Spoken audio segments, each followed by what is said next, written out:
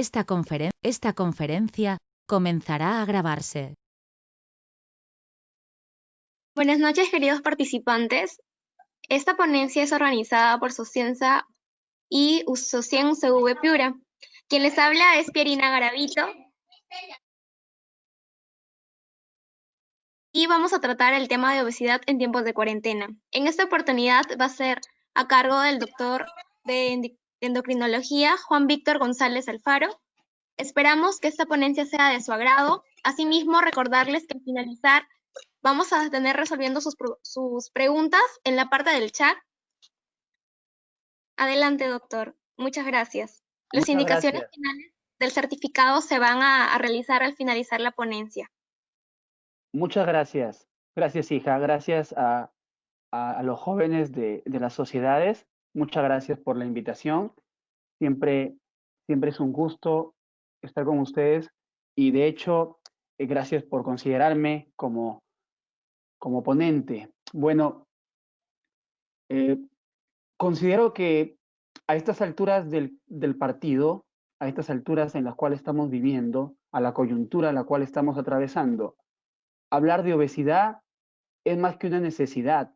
Hablar de obesidad, hablar de exceso de peso, más allá de la necesidad que pueda llegar a tener el impacto como enfermedad y sus comorbilidades, es una necesidad de que todo médico, en el nivel en el que esté, tanto como estudiante, como interno, serumista, médico general, médico de familia, médico especialista, etcétera, etcétera, tenga un cargo público, esté en un cargo privado, se encuentre en un cargo administrativo, sea cual fuera el contexto en el que se desenvuelva un personal de salud, debería conocer aspectos básicos de esta enfermedad que aún no se ha resuelto y que por el hecho de que no se ha resuelto y por el hecho de que no se han tomado medidas contundentes y fortalecidas en nuestro país, por eso es que es uno de los motivos por el cual estamos atravesando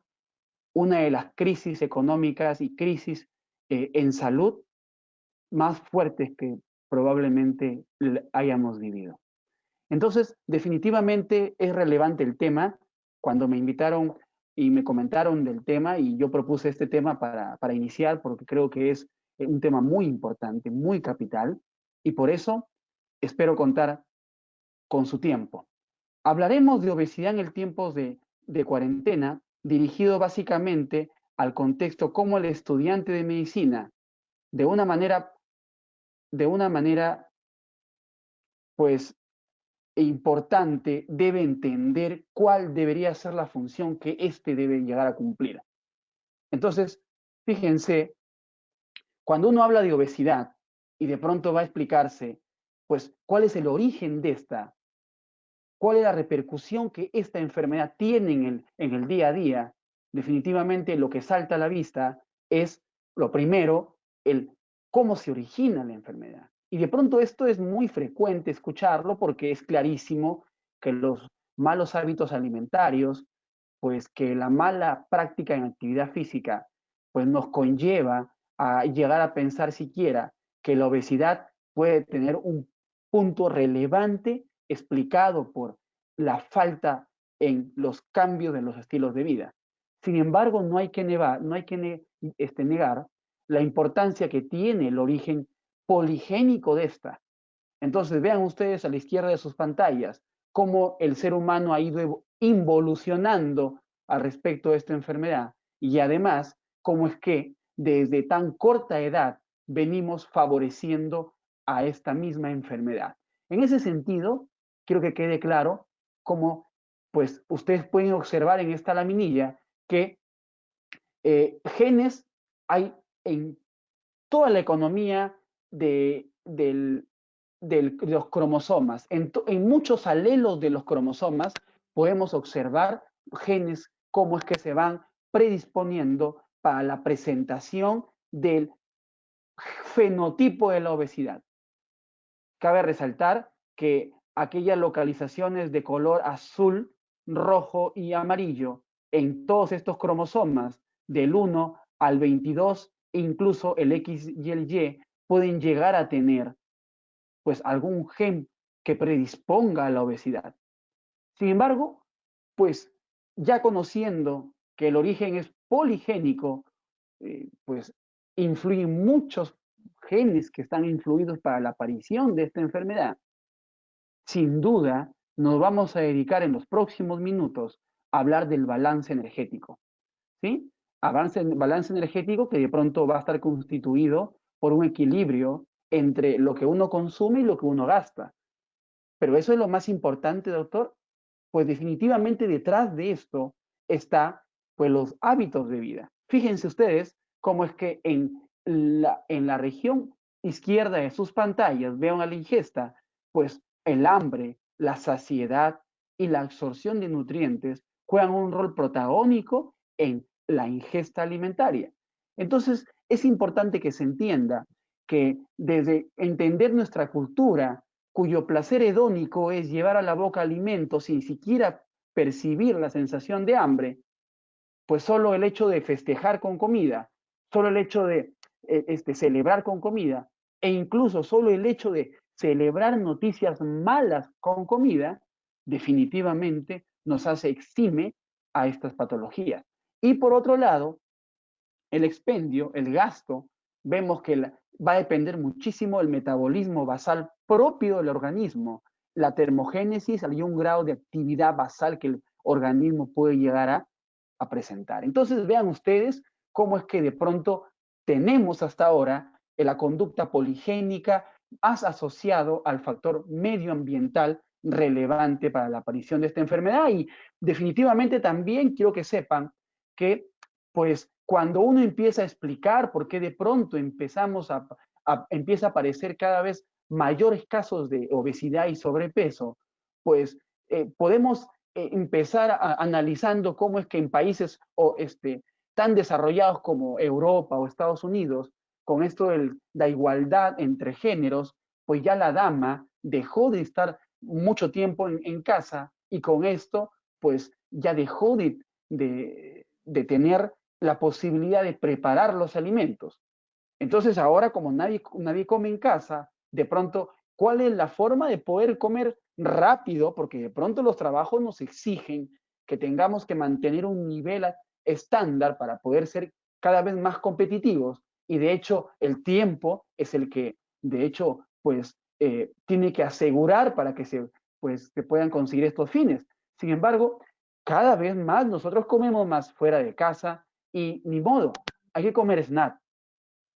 Entonces, definitivamente no son nada saludables. Y por otro lado, cuando tenemos un solo día, independientemente del episodio de confinamiento que estamos pasando, mucho antes incluso, cuando tenemos solamente un solo día para descansar y es el domingo, ¿a qué nos dedicamos? Nos dedicamos a estar todo el bendito día acostados, a la derecha mi control remoto y a la izquierda una bebida rica en azúcares o alimentos ultra procesados. Entonces, definitivamente eso ya no escapa, ya no es parte de la coincidencia. Y eso que quede claro, esto ya no es parte de la coincidencia. Entonces, hasta hace poco, fíjense, yo pude encontrar en internet una laminilla parecida a esta, que de hecho es una lámina de internet, una lámina de internet. Sin embargo, la imagen de la derecha es un paciente que ahora estamos manejando. Fíjese cómo es la coincidencia y que ya la condición de los pacientes cada vez a menor edad, pues está haciendo de que las coincidencias vayan existiendo, de que en la realidad se explique la obesidad, de que en la realidad se sepa que no solamente voy a esperar los 30, 40 o 45 años para empezar a tener diabetes, sino es que producto del sobrepeso, producto de la insulinoresistencia y producto de la obesidad, yo voy a tener favorecía la condición de hacer diabetes a menor edad. Bien, entonces, a ver, ya está. Bien, pero es curioso porque en nuestro país se juega y en muchos de los países poco desarrollados, se juega una singularidad al respecto. ¿Por qué? Porque hasta hace poco veíamos, no sé si ustedes, pero yo todavía cuando era alumno, pues teníamos la noticia de que aún el país no salía del rango de la desnutrición. Todavía éramos un país donde teníamos buena cantidad de niños desnutridos, de personas desnutridas. Entonces, desde ese momento hasta ahora, ¿sí? Desde ese momento hasta ahora en el mundo, ya están disminuyendo cada vez a cifras muy cercanas a cero los niveles de desnutrición. Pero a comparación de esto, están aumentando los niveles de sobrepeso, obesidad. Y fíjense que además, cómo es que en países no desarrollados o del tercer mundo como el nuestro, pues vemos cómo es que a pesar de que todavía no se ha resuelto el tema antiguo de la desnutrición, ya hay cada vez casos en alza de obesidad. Entonces hay una dicotomía muy singular que aún no podemos resolver. ¿Ah? Pues, pero en el mundo la obesidad definitivamente es una pandemia. Ojo que no es COVID, ojo que no es el H1N1, ojo que no es alguna otra enfermedad como de pronto en Piura y en Chiclayo nos está quejando el dengue. Y poco o nada, pues estamos haciendo ahora por eso. Y la verdad de las cosas, pues lejos de estas enfermedades infectocontagiosas, quiero que sepan que pandemias crónicas como la obesidad y la diabetes son las que están hasta ahora predisponiendo mayor muerte a las personas y a pesar de eso ha tenido que venir una pandemia aguda como es el COVID-19 para recién abrirnos los ojos, sacarnos la venda de los ojos y ver cuál es la población más vulnerable. Y si realmente hablamos de ello, yo quiero que sepan ustedes que en el Perú, pues esto no es distinto. ¿Por qué? Porque el 70% de adultos tiene algún grado de sobrepeso, obesidad. Y definitivamente, de, de 10, de 10 peruanos, ¿sí? De 10 peruanos, 3 tienen, 3 tienen obesidad y 6 a 7 tienen sobrepeso. Imagínense cuál es la, la prevalencia tan grande de pacientes, de personas que tienen esta condición. Y fíjense ustedes en esta imagen cómo vemos que la población ahora más vulnerable es la adulta joven, pero de atrás de estos vienen los jóvenes que tienen un porcentaje cercano al 45%. Entonces, imaginen de cada unos años cuál será la posibilidad o de qué se morirán más nuestros adultos mayores cuando nuestros adultos jóvenes lleguen a ser adultos mayores. Imagínense ese 69, 70% de adultos que en su momento van a ser adultos mayores, van a estar falleciendo por enfermedades que ahora podríamos haber evitado, que son las enfermedades cardio o cerebrovasculares. ¿Sí? Bien. Y pues, doctor, hasta ahora me ha hablado de la parte introductoria, de pronto cuál es el origen de la obesidad, de pronto cuál es el origen en cuanto a la poligénico, hablábamos además del tema importante medioambiental.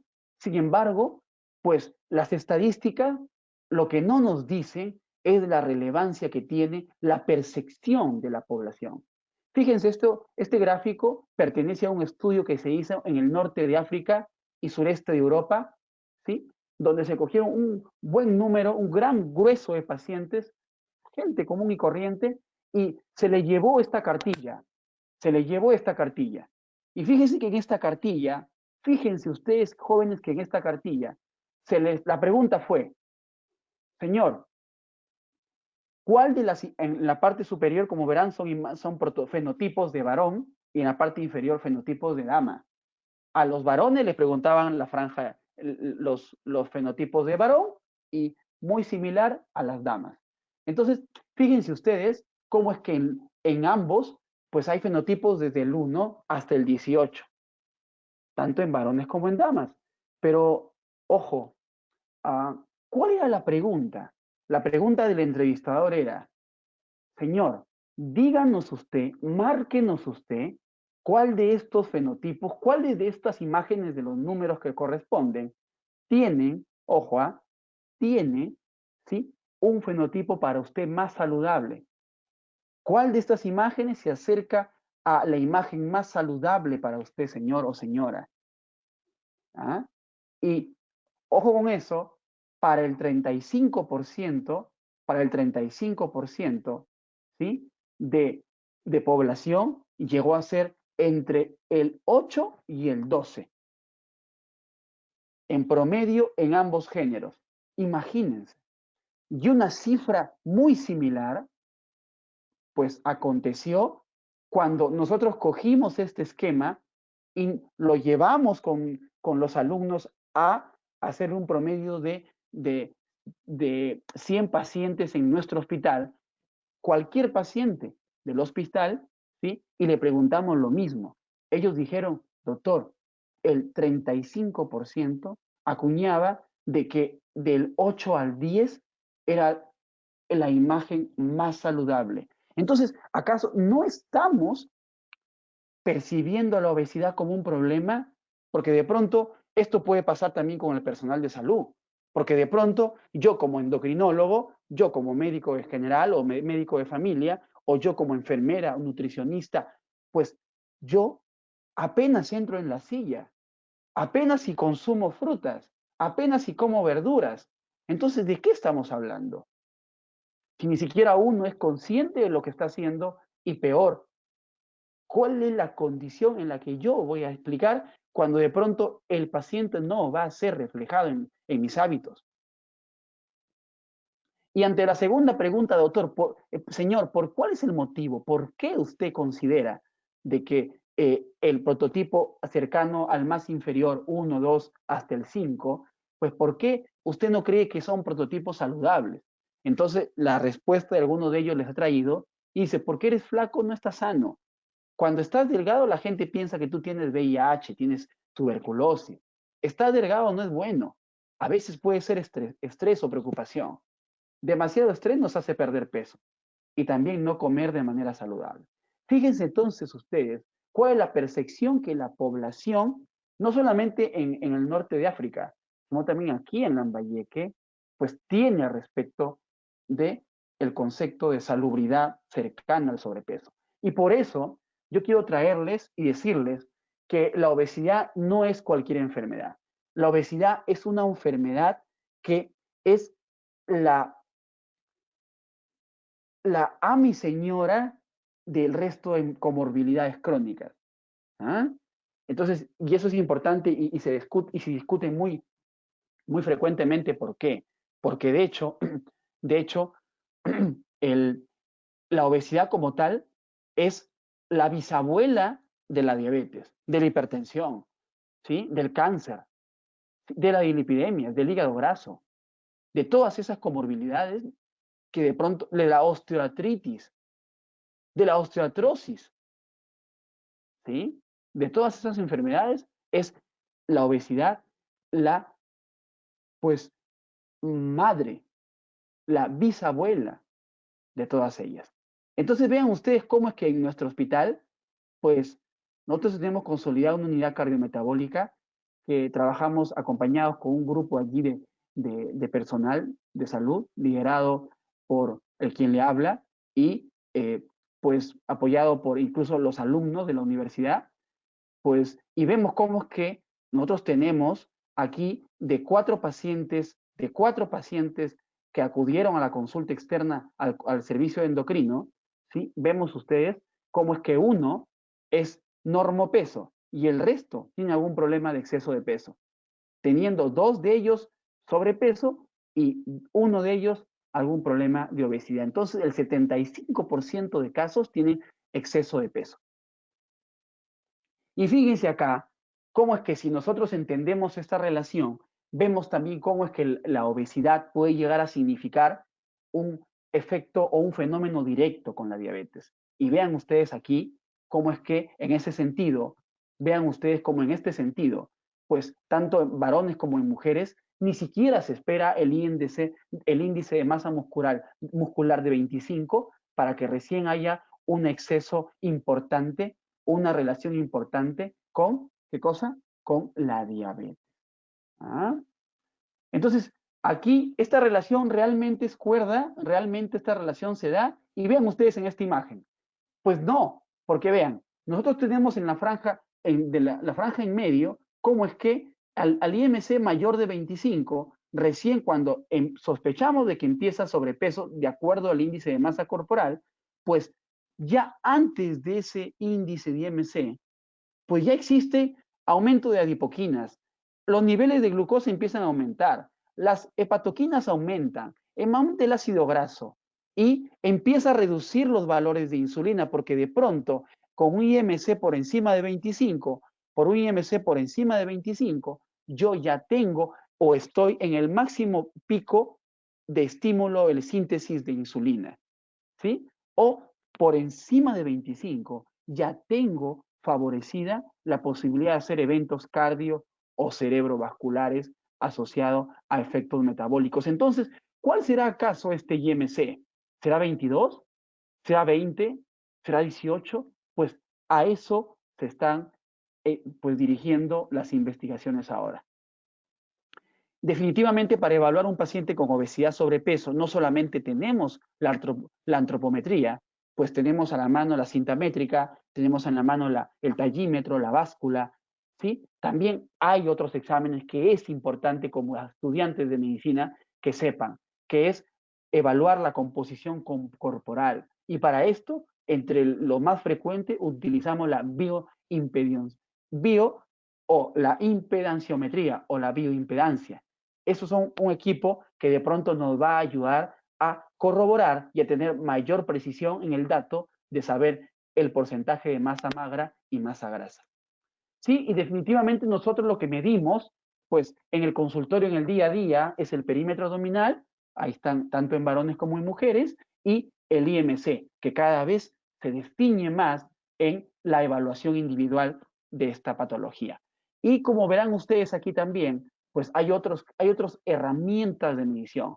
Como podemos observar, tenemos el perímetro de cuello, tenemos el perímetro abdominal, tenemos el índice cintura-altura, tenemos el índice cintura-cadera, tenemos el índice de masa corporal y el diámetro anterosagital. Todos ellos valores, sus valores de normalidad, sus valores de riesgo y la interpretación y el impacto.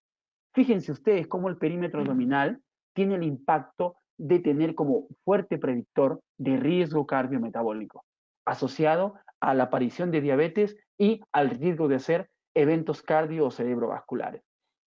Y así también vean ustedes cómo es que ¿sí? El IMC podría ser un patrón importante, pero a nivel poblacional. Por eso es que se utilizan en la mayoría de trabajos que manejan muchos pacientes el IMC. Y se dice que a medida que disminuye el IMC, obviamente a nivel poblacional disminuye, ojo, disminuye el impacto de estar asociándose comorbilidades cardiometabólicas. Y definitivamente cuando la composición corporal sana se ve expuesta a un promotor inflamatorio como es el exceso o el balance positivo, les puse la balanza, izquierda gasto, derecha aumento, ¿sí? Ingesta, expendio. Cuando la ingesta es mayor que el expendio, obviamente habrá una expansión del tejido adiposo subcutáneo, lo cual va a predisponer a incrementar la liberación de algunas citoquinas, adiponectinas entre ellas, las cuales van a incrementar, entre otras, el valor del angiotensinógeno. Y esto será, acaso, la predisposición para que se presenten o estén asociadas algunas comorbilidades como la hipertensión arterial. ¿Sí? También de esa manera habrá, obviamente, mayor posibilidad de que el tejido adiposo subcutáneo exista una disfunción. Y esa disfunción originará, pues obviamente, pues el exceso de hormonas que de hecho lo tenemos como patrón inicial a la producción del tejido adiposo, entre ellas los estrógenos y la testosterona, y lo cual va a originar pues el cáncer de mama, el cáncer de endometrio, producto del aumento de estradiol como principal mecanismo activador. Y así también, pues, predispondrá el aumento de grasa en lugares donde de pronto no están acostumbrados a existir, como por ejemplo la grasa faríngea, donde obviamente va a predisponer la apnea del sueño. De esa manera, además, pues también habrá un incremento en la liberación de ácidos grasos libres, una disminución en el almacenamiento de triglicéridos, lo cual, entre otros factores, predispondrá a la estatohepatitis no alcohólica, a la resistencia periférica propia de la insulina y a una reducción en la secreción de la insulina, lo cual originará la famosa diabetes. Y por otro lado, esos lípidos ectópicos que ya no tienen dónde ir, se van y se almacenan en el corazón, produciendo una disfunción contráctil, lo cual origina infarto al miocardio, que es, ojo, una de las principales causas de mortalidad en este tipo de pacientes. Y definitivamente lo dije, el origen de las comorbilidades no es siquiera otra cosa que no sea la obesidad. Por la obesidad se origina la dislipidemia. Esta se origina por la hipertensión, diabetes, infartos, enfermedades cerebrovasculares, enfermedades periféricas, enfermedades venosas periféricas, enfermedades renales, etcétera, etcétera, etcétera. Entonces, si yo de pronto quiero ayudar a mi paciente a mejorar su glucosa, a mejorar su presión, a mejorar sus valores de triglicéridos y colesterol, a mejorar y disminuir el impacto en la posibilidad de hacer complicaciones como un infarto al miocardio o un evento cerebrovascular. ¿Cómo lo ayudo? Primero, bájale de peso. Ayúdale a controlar su peso. Y si para eso yo tengo que hacer algunas estrategias, entonces, pues ahí estará mi función como estudiante de medicina. Ahí, a nivel primario. Ustedes se van a formar ahora como médicos generales. Y de hecho, verán, como habrán visto, espero que esto no pierda la visión de la importancia de la prevención primaria, de la prevención primordial, espero yo. Pero ahora estamos en prevención primaria. Evitar que aparezca la enfermedad. Tenemos los factores de riesgo y definitivamente tenemos que actuar ya, controlando todos los factores que favorezcan a la obesidad. Y si hacemos esa intervención, definitivamente va a haber un impacto positivo en la sociedad. Y no todo es malo, porque definitivamente mejorando, perdiendo el peso, yo lo que voy a hacer es evitar, cambiar el desenlace del paciente. Por ejemplo, si yo bajo en un promedio entre 6 a 7% del peso basal, pues yo voy a prevenir la diabetes en un 58%. Yo voy a evitar la diabetes e incluso remitir la diabetes con un promedio de un 10% de pérdida de peso. A ver, doctor, quiero que me quede claro. O sea, yo, sí, efectivamente, que dice que en los primeros años de enfermedad de la diabetes, si yo bajo en promedio el 10% del peso, ¿sí? Del paciente, el 10% del peso, yo puedo siquiera mejorar el desenlace de la diabetes e incluso hay casos de remisión de enfermedad. Así pasa con la osteoartritis, con la esteatosis hepática no alcohólica, con el síndrome de ovario poliquístico, entre otras comorbilidades propias de la obesidad. Entonces, en pacientes con obesidad y prediabetes, la pérdida de peso definitivamente reduce el riesgo de diabetes por muchos años. Y fíjense que en este estudio, ¿sí? Este es un estudio muy importante, uno de los estudios de mayor relevancia, se llama DPP.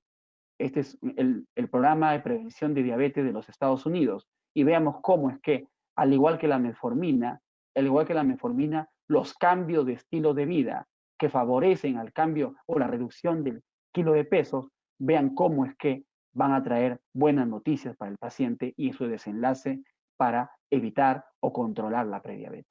Y así en la imagen de la derecha también existe una reducción del 34% favorecida a los cambios del estilo de vida. Entonces, vean ustedes también que, pues, si bien es cierto, como verán ustedes, el impacto de los cambios del estilo de vida podría llegar a ser significativamente más importante que el solo hecho de consumir metformina versus placebo, versus metformina y versus placebo. Vean también que el tratamiento debe ser congraciado.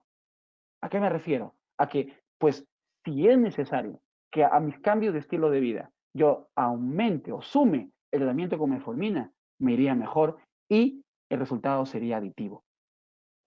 una mayor pérdida de peso brinda mayores beneficios en la salud. Es un estudio al cual se concluye de Luca Head. Es un estudio muy grande, es uno de los estudios más importantes que existen de población en prevención primaria. Como podemos observar, cómo es que, vean ustedes, cómo es que cambia los niveles de hemoglobina glicosilada a medida que cambia o que se reduce, a medida que se reduce el peso en el paciente. Y además no solamente eso, sino también un cambio importante en los niveles de triglicéridos y además en los niveles de presión arterial, ¿sí? O sea, a medida que se pierde más peso, mayor es y mejor es el impacto en los valores de presión arterial, tanto valor sistólico como diastólico.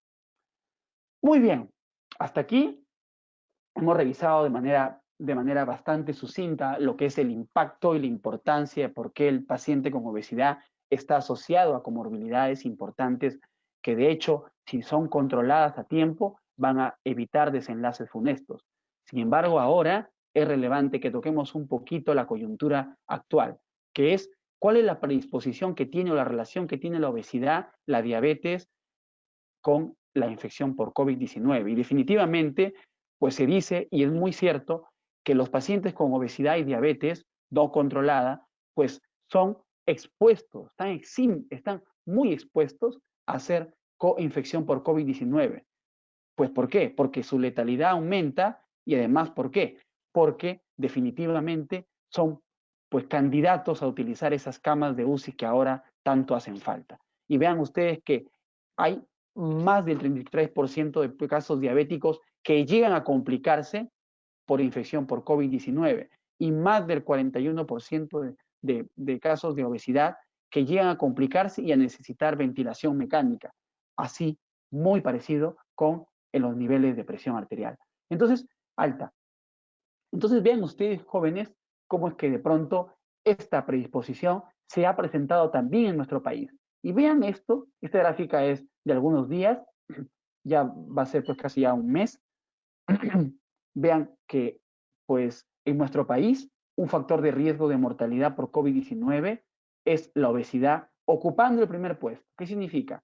De que un paciente obeso tiene 9 veces más riesgo de morir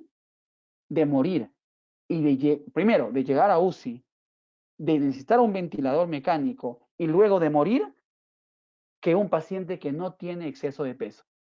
Eso está clarísimo. Y fíjese cómo le lleva a una distancia enorme al otro factor que es inclusive la edad. Entonces, quiero hacerles una pequeña reseña. Al inicio, cuando se empezó a identificar los casos en China al respecto, solamente se hablaba de diabetes y de edad. Y al inicio se sabía de que la edad era el principal factor de riesgo para mortandad por COVID-19. Recién en Estados Unidos, en Seattle, ¿sí? En la ciudad de Seattle, ¿sí? Se ha visto por los estudios que ellos han realizado que, pues, en la población había una peculiaridad, que es el sobrepeso y obesidad.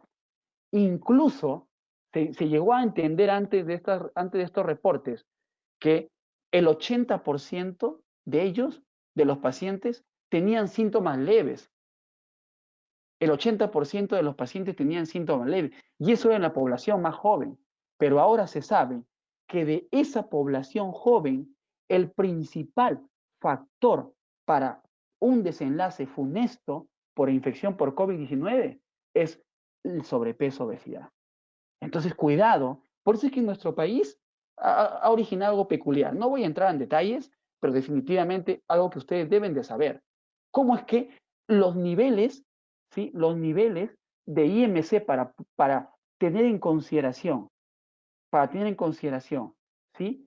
El derecho necesario para que los pacientes que se queden en casa, los trabajadores pernoten en casa y no vayan a regresar al trabajo, sino que hagan un trabajo remoto desde casa, por videollamada, por teleconsultas, etcétera, etcétera, o su trabajo desde casa, era en base a un IMC, pues, más exigente. IMC 2, IMC grado de obesidad 2, grado de obesidad 3. Pero fíjense ahora pues que a pesar de todas las evidencias que tenemos, pues tenemos el cambio de unos días ni de semanas entre el IMC de obesidad grado 2 a obesidad con un IMC por encima de 40. Fíjense entonces. Entonces, recién ahora, lamentablemente, aquellas personas que tengan un IMC por encima de 40, igual o mayor de 40, recién ellos harán trabajo remoto y el resto tendrá que salir a trabajar. Pero si nos ponemos a pensar, ¿cuál es esa población que tiene esa cantidad de IMC? Que ni siquiera lo supera el 5% a nivel nacional. No somos como Estados Unidos, que la mayoría de población obesa tiene estos niveles de IMC. Aún acá en el país no se ve tanto obeso mórbido. La mayoría de nuestros obesos están entre IMC, grado, obesidad tipo 2, obesidad tipo 3. Entonces nos quedaríamos sin trabajadores. Pero es que acaso, a pesar de estas displicentes medidas que se están adoptando, estamos haciendo algo por cambiar y por asegurar a ese paciente que con IMC menos de 40, con un IMC en 39, en 38, en 30, en 35, que como se habrán dado cuenta, tiene gran posibilidad de enfermar por COVID-19. Y no solamente por eso, sino gran posibilidad de ocupar una cama en UCI y de morir por COVID-19, ni siquiera estamos ofreciéndole la cantidad de información necesaria para que prevé y conozca su realidad, o para que vea y haga cambios de actividad física. Ningún esfuerzo se está haciendo al respecto aún, conocido. ¿Ah? Entonces es importante que se entienda también cómo es que pues, el tejido adiposo no es, pues como antes se decía, el responsable de elaborar algunas hormonas que van a ir en desmedro de la salud del organismo, sino esto ya es un órgano endocrino, ¿sí? Ahora, responsable de elaborar hormonas, citoquinas, enzimas, entre otros, proteínas. Entonces vean ustedes en la imagen inferior derecha cómo es que el tejido adiposo al inicio empieza a hipertrofiarse en la aparición del paciente con sobrepeso, obesidad, y luego definitivamente empieza a haber una expansión que al inicio puede llegar a ser limitada, pero ya está asociado con eventos de hipoxia. Luego de ellos, pues ya empieza a haber presencia de alguna celularidad autoinmune, tanto la inmunidad innata como la inmunidad humoral empiezan a expresarse de sobremanera y alguna de ellas empieza a ir fallando para la predisposición de factores inflamatorios cada vez más funestos. Y en ese sentido, vean ustedes cómo es que en la imagen de la izquierda, cuando el tejido adiposo de un delgado, pues está rico en, pues, en adiponectinas, en condiciones apropiadas y cercanas, que de hecho son importantes, de macrófagos, eosinófilos, ¿sí? Y células T, todos ellos los cuales van a ayudar a promover la inmunidad, van a ayudar a funcionar como un tejido de remodelación tisular y pues van a ayudar en el caso a predisponer de algunas interleuquinas que son benéficas para el organismo como la interleuquina 4 y la interleuquina 10. Entonces, cuando hay un exceso y este tejido adiposo ya no es de un paciente delgado y ya empieza a cambiar su panorama y empieza a haber mayor cantidad de tejido adiposo blanco y menor cantidad de tejido adiposo pardo, que es de pronto el que contiene mayor cantidad de mitocondrias.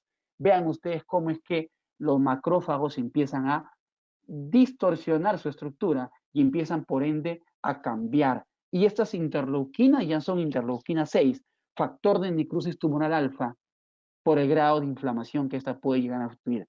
Y estas condiciones van a favorecer una quimiotaxis, la lipólisis y la insulinoresistencia, congregando y ayudando a convertir al medio como un medio proinflamatorio. Y aquí, como vamos a ver en la imagen siguiente, es pues la presencia de macrófagos y linfocitos mediados por un cambio en el estilo de vida no tan saludable, alimentación rica en ultraprocesados y sedentarismo, vemos cómo este tejido adiposo va a constituir como un estado inflamatorio crónico de bajo grado, el cual va a predisponer solamente por tener estos factores per se a mayor característica en trombosis, lo cual es un mecanismo importante para el COVID-19, para el mal pronóstico de COVID-19, mayor consideraciones en posibilidad de ser diabetes, mayor cuadro de hipertensión, mayor cuadro de hiperlipidemia. Y todos ellos mediante la alteración del sistema inmunitario, lo cual va a favorecer al mecanismo proinflamatorio versus el antiinflamatorio.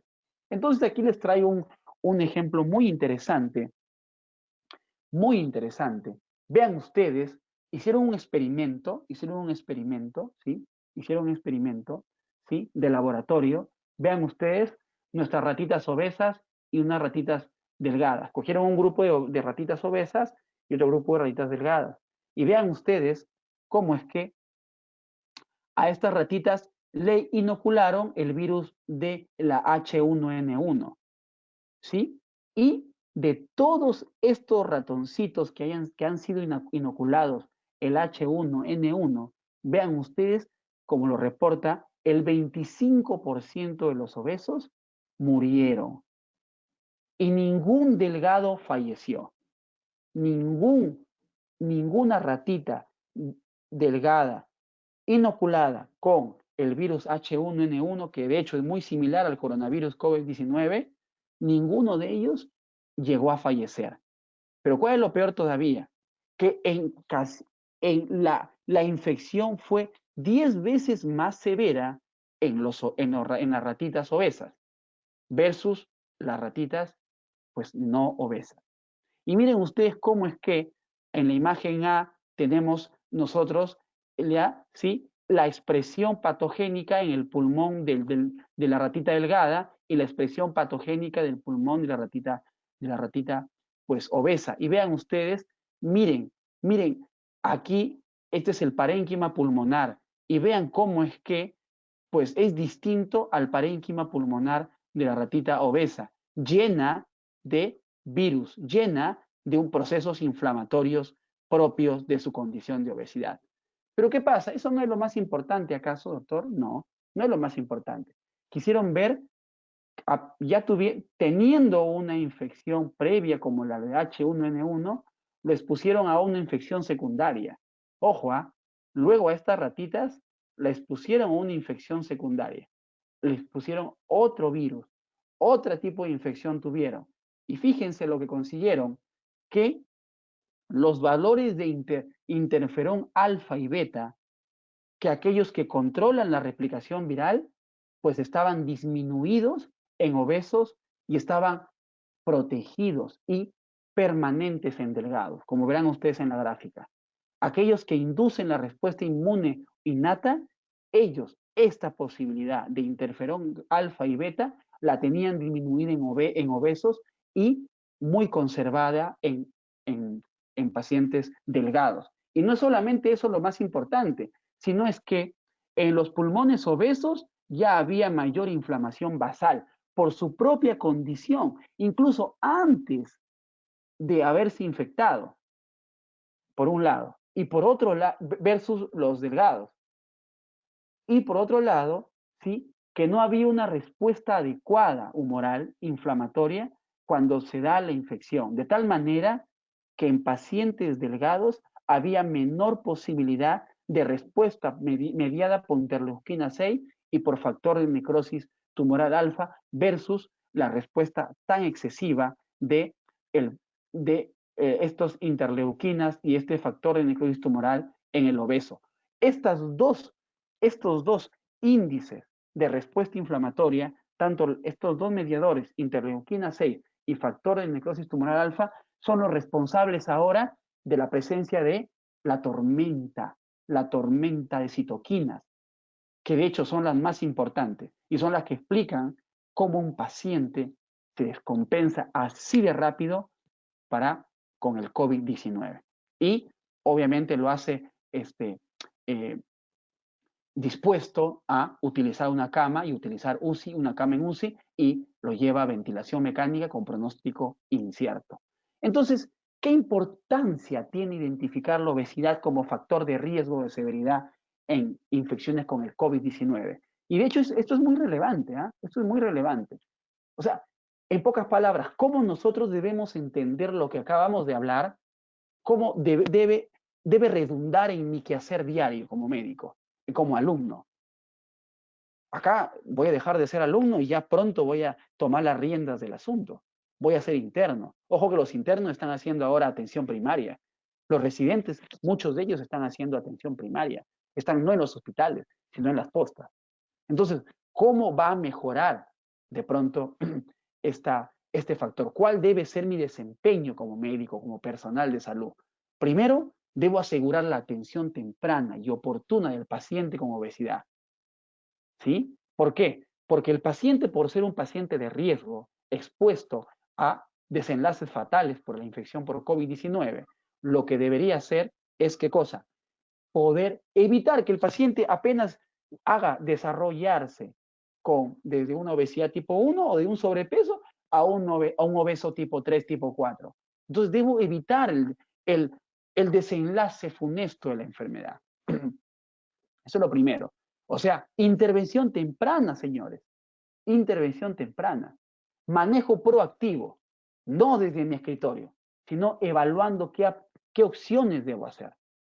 Reuniendo, haciendo sesiones educativas, reuniéndonos con mis pacientes, evitando que los pacientes prevean de descompensarse por alguna enfermedad comórbida, por la diabetes, por la hipertensión, garantizando el tratamiento, hablándoles de estos temas, acerca de cuál es la manera de cómo yo debo alimentarme estando en casa, cómo yo debo hacer actividad física estando en casa, cómo yo debo garantizar mi alimento, cómo yo debo controlar mis emociones, cómo yo acaso debo evitar de fumar, todas estas cosas.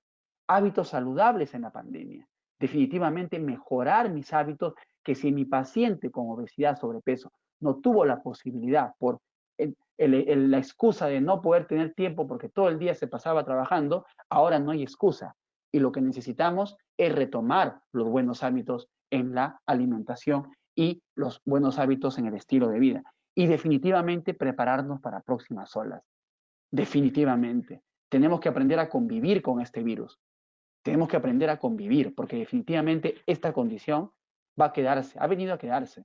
Y probablemente de aquí vengan otros oleajes más, otros tipos de virus más, que nos hagan vulnerables. Entonces, ¿qué debemos hacer? Desde ahora, garantizar que aquellos pacientes que tengan sobrepeso vuelvan al normopeso.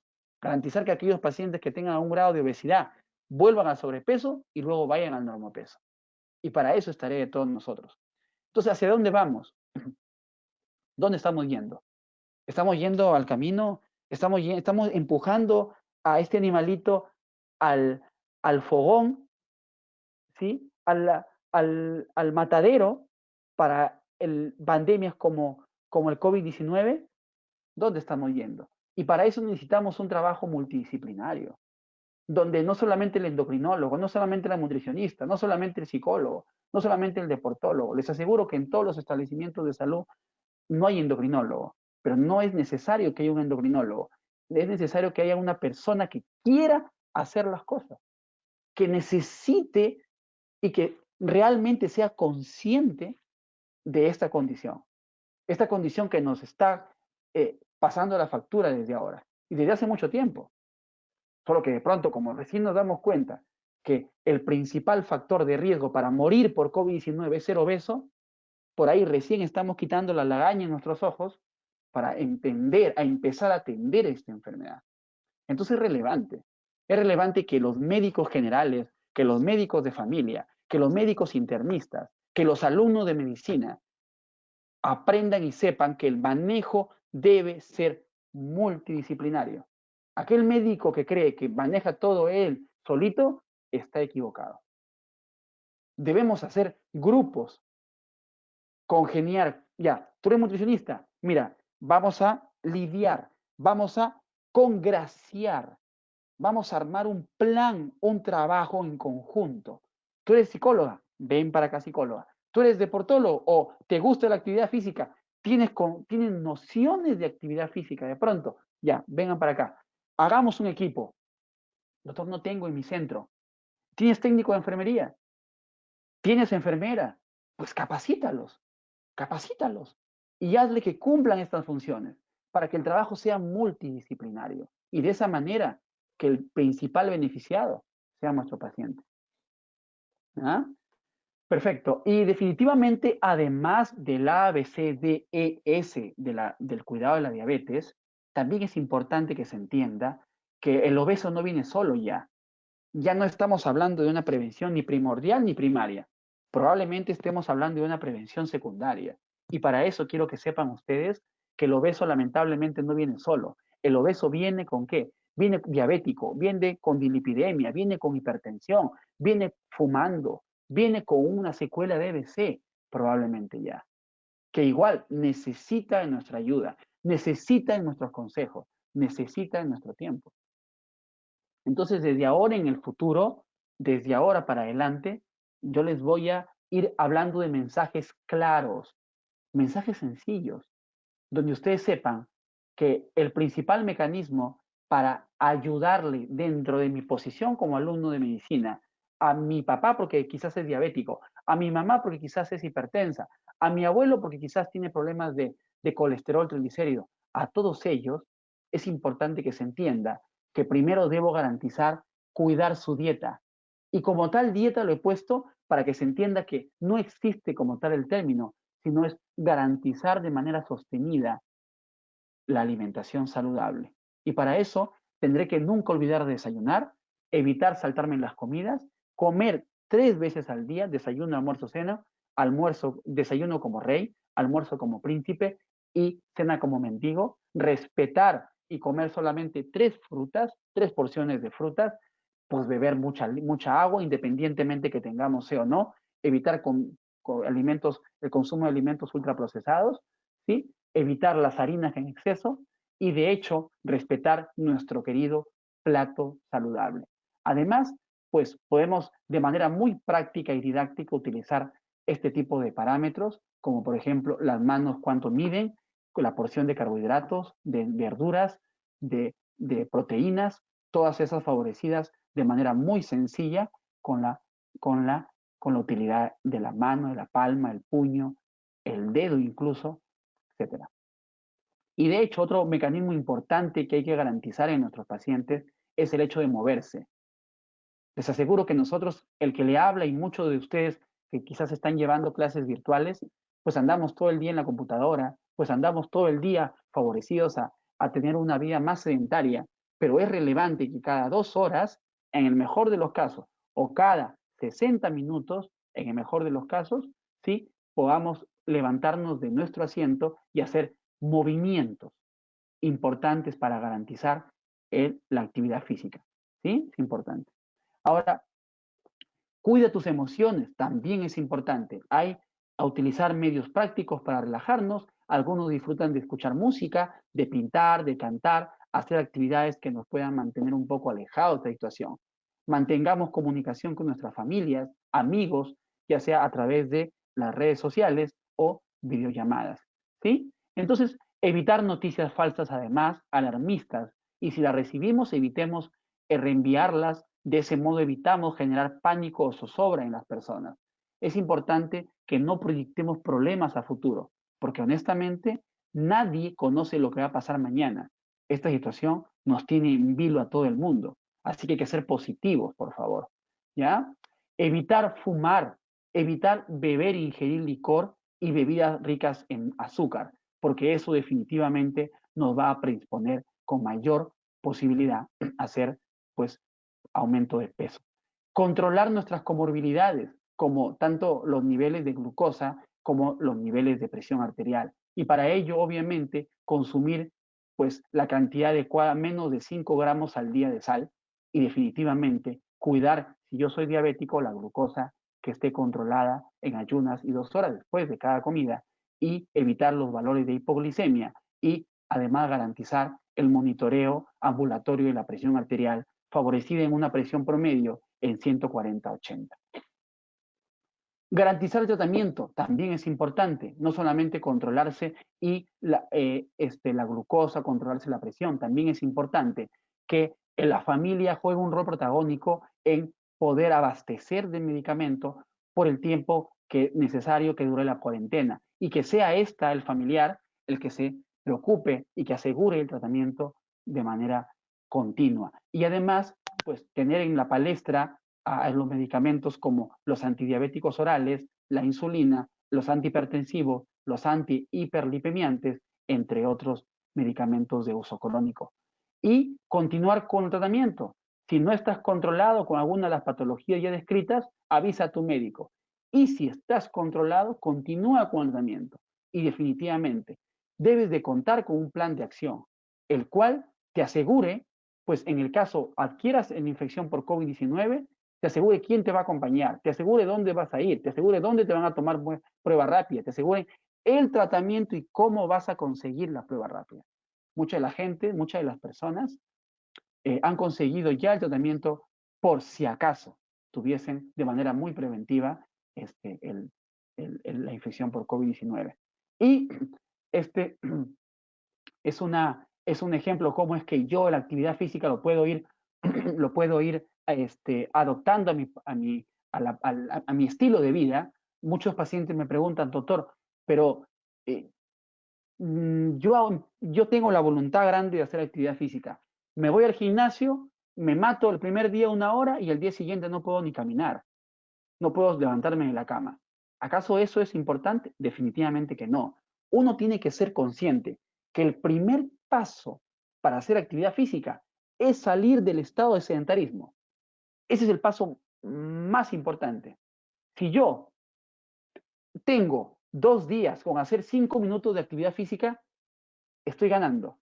Si esos 5 minutos lo hago 10 minutos, luego, pues lo voy a hacer 15 minutos, primero, antes de aumentar la duración, debo aumentar la frecuencia.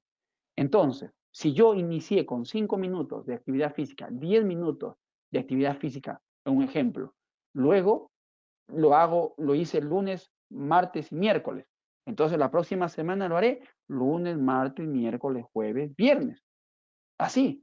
Luego la siguiente semana, probablemente cuando ya yo haya pues realizado y definitivamente pueda sin ninguna dificultad hacer los 10 minutos semanales al día, me refiero, yo podré aumentar ya luego el tiempo.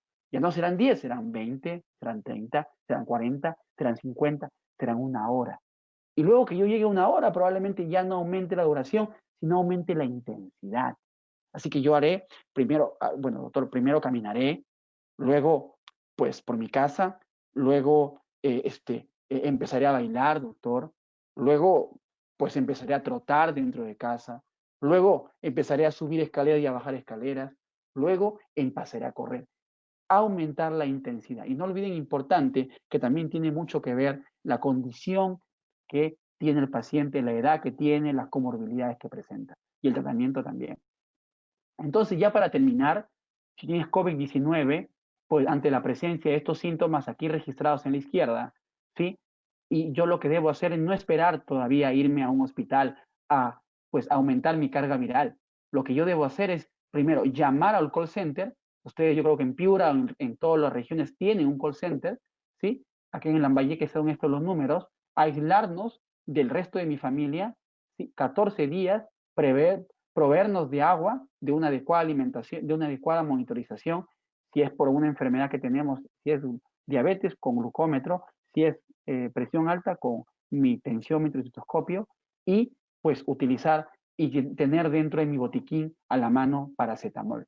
Entonces, luego de esto, si es que a pesar de ello, a pesar de los cuidados, la línea es persistente y aparecen síntomas gastrointestinales como las náuseas y los vómitos, lo que debo hacer es acudir recién al hospital. Y si te contagiaste de COVID-19, definitivamente lo que hay que hacer aquí es, en definitiva, hidratarse, garantizar alimentación.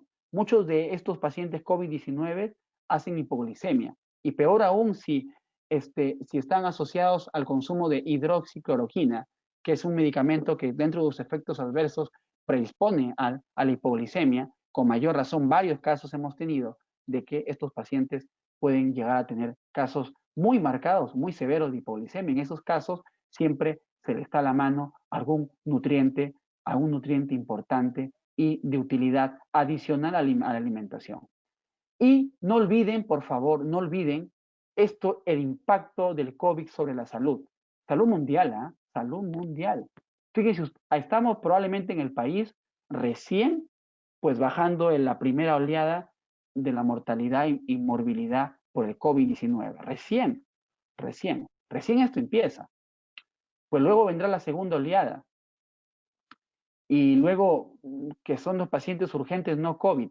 Por ejemplo, los pacientes que no se han llegado a operar. Aquellas personas que tienen sus procesos de hernias encarceradas, que porque no pueden operarse, porque no están atendiendo la cirugía selectiva.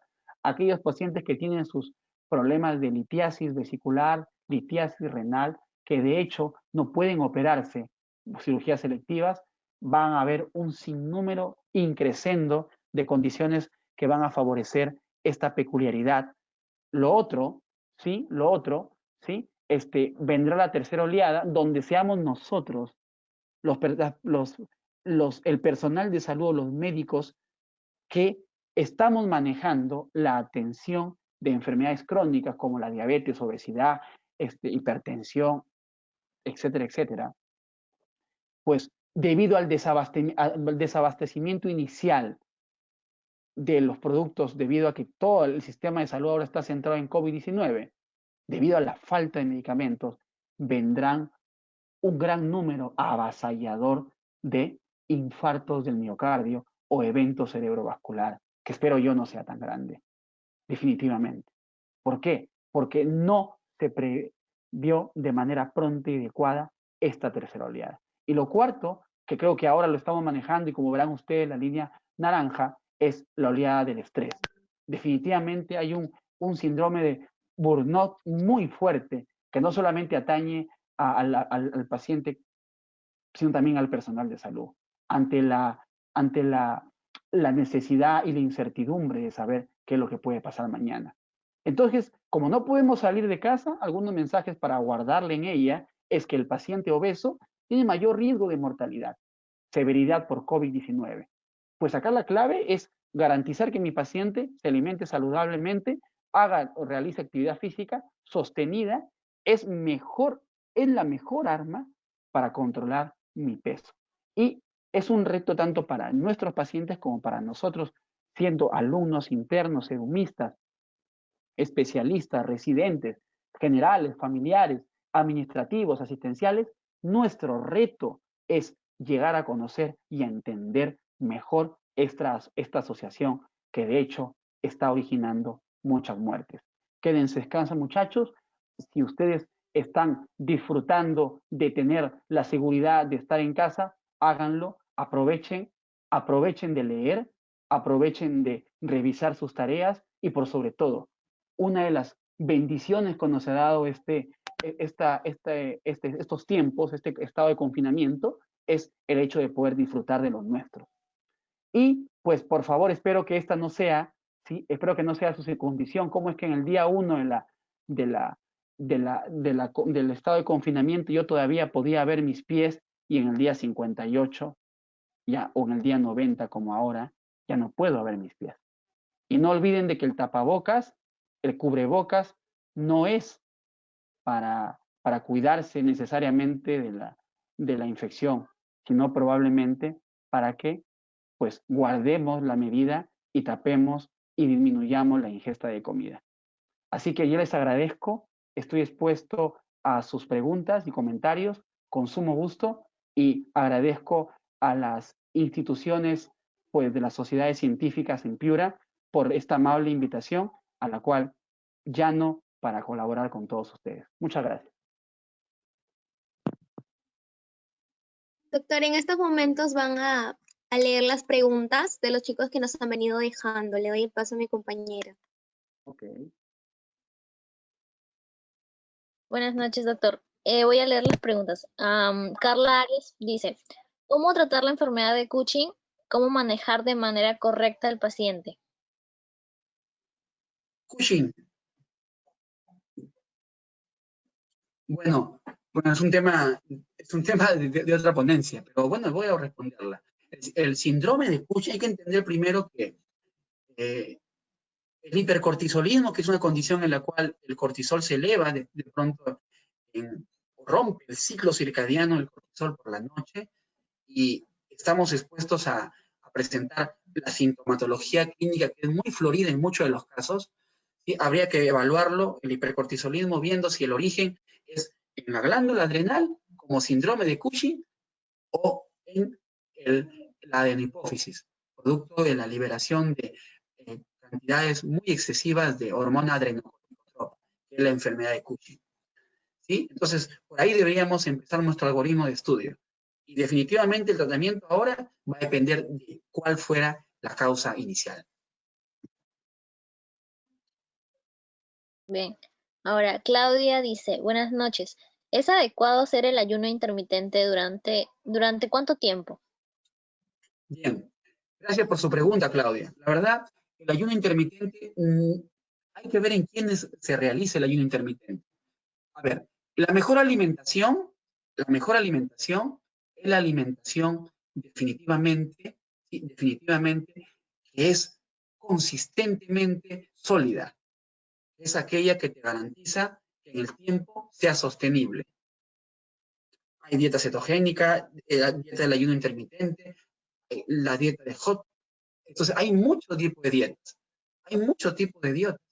Pero la más importante es aquella que se adecue a tu ritmo de vida, que se adecue a tu nivel socioeconómico, a tu nivel cultural y definitivamente asociado siempre a evitar el sedentarismo y hacer pues, cada vez mayor cantidad de actividad física. Así que hay que tener mucho cuidado con la dieta intermitente. Solamente son algunos de los pacientes que de pronto son beneficiados, sin embargo, no es así por cuánto tiempo, porque habría que ver en qué casos. Y de pronto, en el algoritmo del manejo de la sobrepeso obesidad, podríamos darle algún tipo de pacientes este tipo de dietas por un cierto tiempo, por un plazo determinado. Pero no a todos, por favor. No hagan sobreabuso de dietas, porque las dietas hay que dejarlas relegadas. Son los cambios de estilo de vida los que nos van a asegurar la pérdida de peso de manera sostenida. Bien. Anthony Camayo pregunta, ¿el hecho de realizar ciclismo 1 hora sin parar, cuántas calorías se está quemando aproximadamente y por cuánto tiempo debe realizarlo una persona con sobrepeso? Bueno, a ver, se dice que una actividad como el ciclismo es una actividad dependiendo de cómo, en la condición en la que realices, es de moderada, incluso de moderada intensidad. Ahora, este ciclismo uno lo puede llegar a hacer, como toda actividad, de manera siempre mirando primero que se garantice, pues que ya hayamos empezado con otra actividad, que es el hecho de empezar a deambular, y en un obeso, netamente lo primero que tenemos que asegurar es que baje, si es un obeso mórbido, que baje en promedio el 8% de su peso para que recién pueda llegar a hacer actividad física, porque se puede llegar a luxar, puede haber mayor fricción y pueda favorecer a una artrosis en el futuro. Entonces la idea es primero garantizar un peso saludable para que pueda llegar a empezar a hacer actividad física. El tiempo, la condición es individualizable.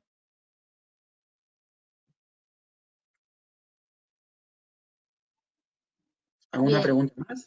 Ahora preguntan, si una persona obesa no puede realizar ejercicios, ¿solo con dieta podría bajar su peso? Eliana Ruth Blanco pregunta. Hola Eliana, gracias por tu pregunta. Miren, yo creo que el hecho de que un paciente no puede hacer ejercicio con alimentación no va a poder definitivamente ayudarle a bajar de peso de manera sostenida. Porque no olviden la balanza que yo les puse, ¿no? A pesar de que yo coma lo más mínimo, definitivamente ya hay. El organismo empieza a generar calorías. Y esas calorías se traducen en aumento de peso. Y definitivamente hay que gastarlos siempre. No hay excusa para no hacer ejercicio.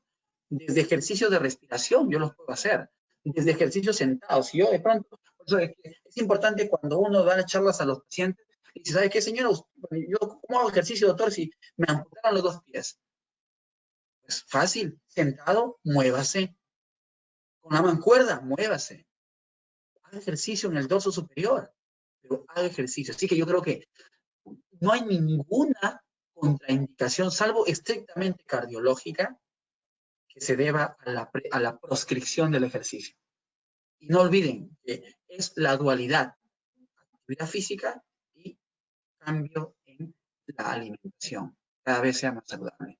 No hay ningún as bajo la manga de alguno de los endocrinólogos que ni siquiera esté presente estas 2 condiciones. Bien. Juana Ramón pregunta, ¿qué pasa cuando un paciente con sobrepeso realiza actividad física pero no se alimenta adecuadamente? ¿Qué deberíamos hacer como entidades de salud o cuál sería la mejor estrategia? Ya está. Primero, hay que ver qué significa alimentarse adecuadamente. La alimentación tiene que ser individualizada. Individualizada. Y me decía que no hacía ejercicio, ¿verdad?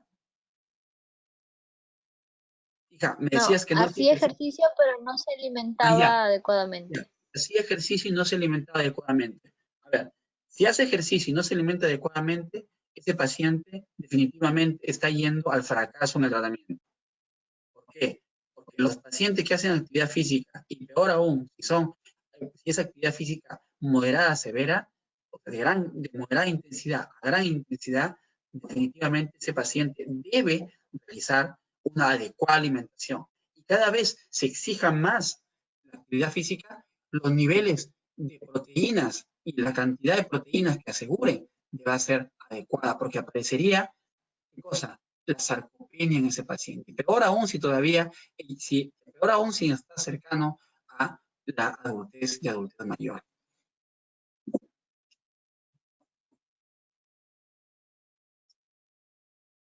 A ver, dice Catherine Geldres. Catherine Geldres dice, ¿cuál sería la mejor alimentación o dieta para un varón de 50 años con obesidad? ¿Y qué actividad física sería recomendada para empezar una vida saludable?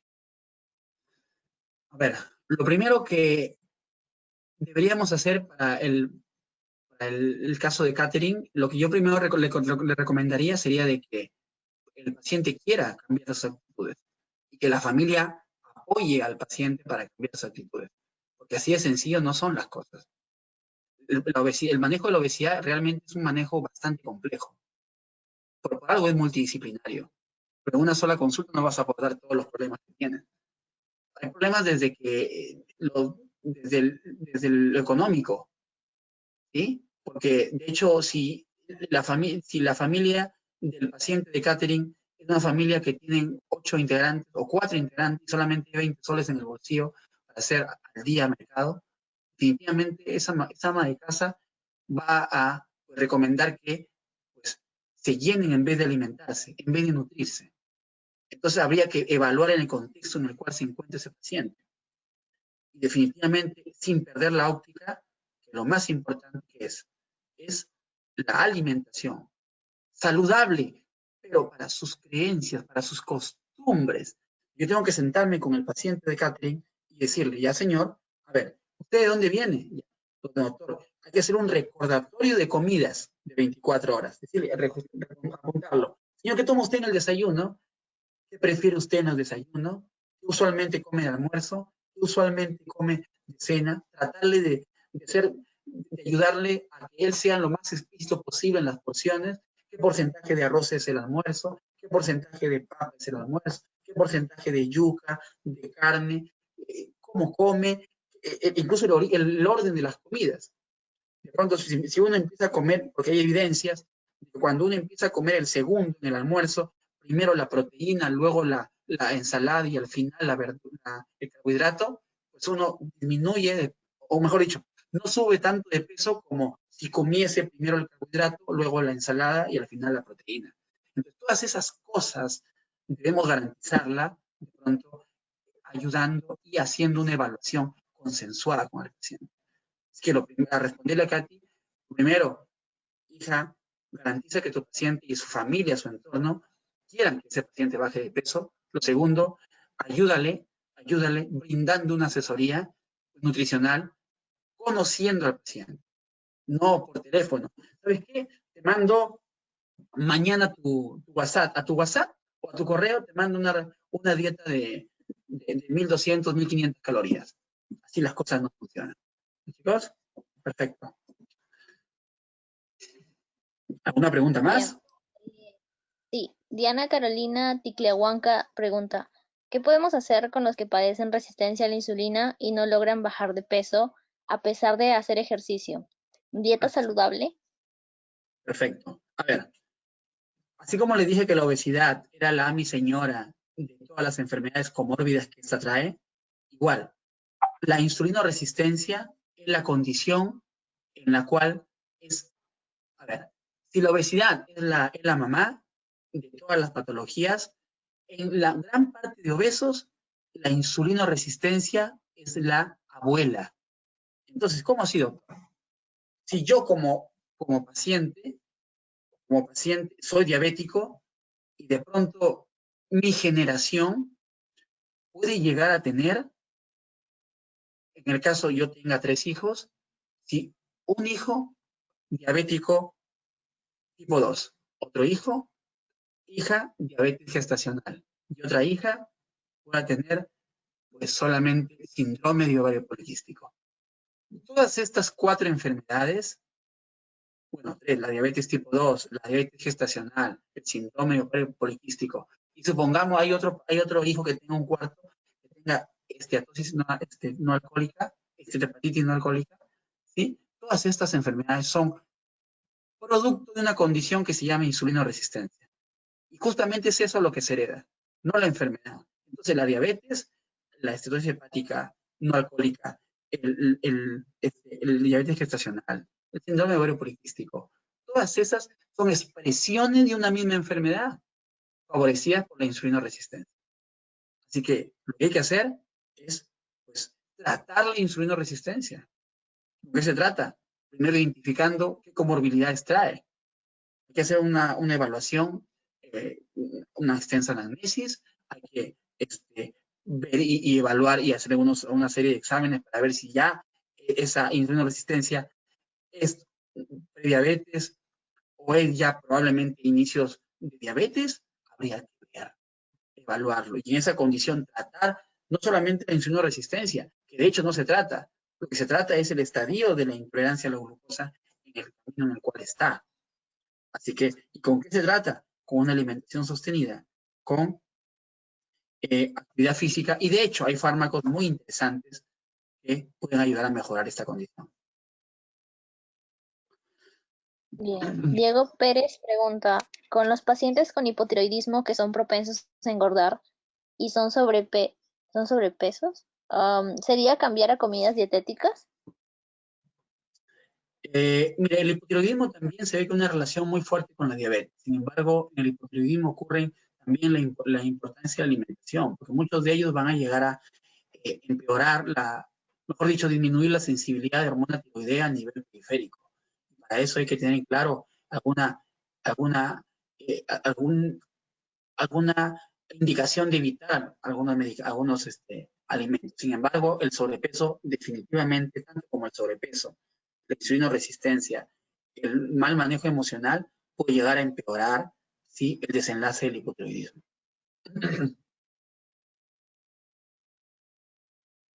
Bien, dice Silver Tello Fernández pregunta, si una persona engorda por el uso de antidepresivos, ¿es recomendable hacer ejercicios y dieta para no engordar?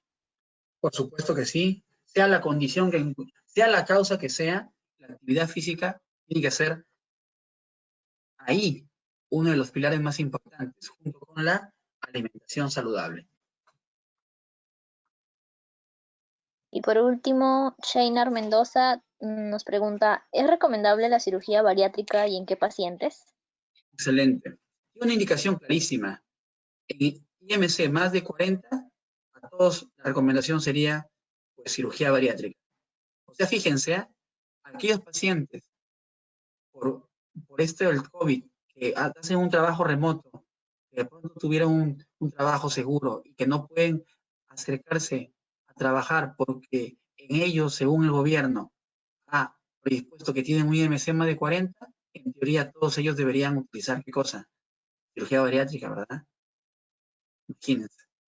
Dense cuenta a qué nivel ni siquiera estamos entendiendo la utilidad de la prevención primaria.